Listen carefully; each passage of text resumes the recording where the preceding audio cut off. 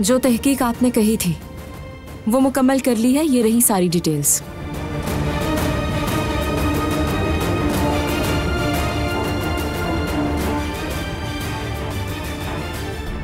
बारान के निकाले गए एम्प्लॉय तक पहुंच गई। उसे निकाला क्यों?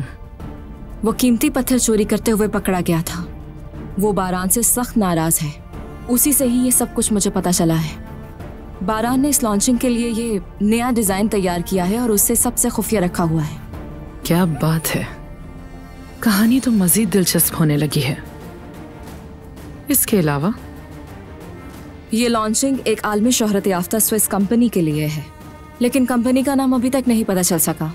बारान काफी मुहतात हो गया है। ये प्रोजेक्ट उसके लिए बहुत अहम है। उसका मुकाबला बेहतरीन कंपनी से है, इसलिए तमाम मालूमात और डिजाइन्स, प्रेजेंटेशन और हर चीज राज में रखी जा रही है। कंपनी का पता लगाना होगा। मगर कैसे लगाएंगे?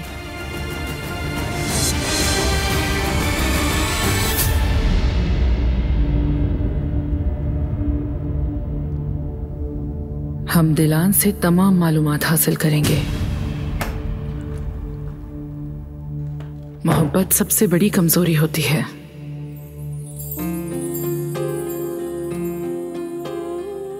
यानी वो लड़की बारान की कमजोरी है और इंसान को उसकी कमजोरियां ही मार डालती हैं।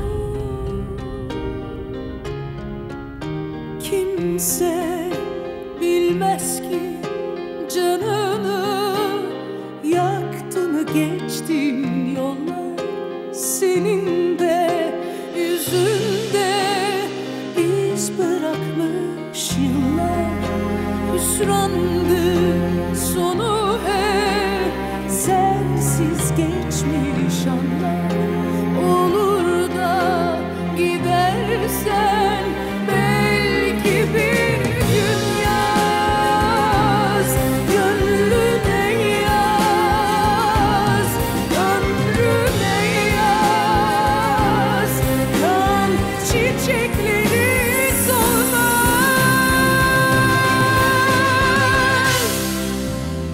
Sen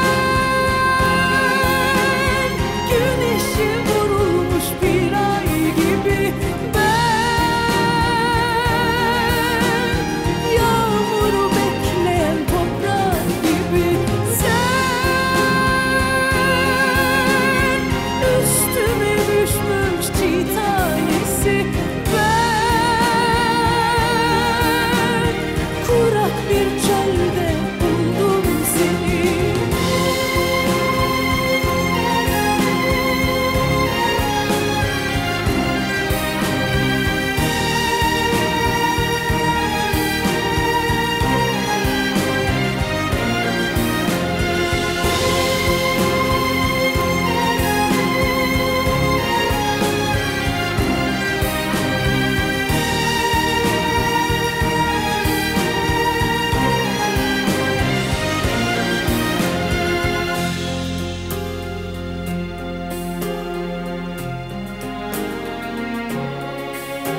İsramdır sonu hep, sensiz geçmiş gitmiş anlar.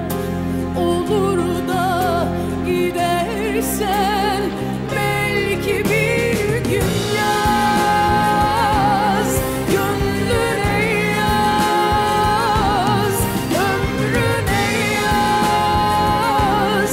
Kan çiçekleri solmaz.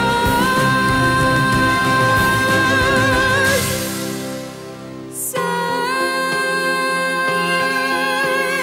güneşe vurulmuş bir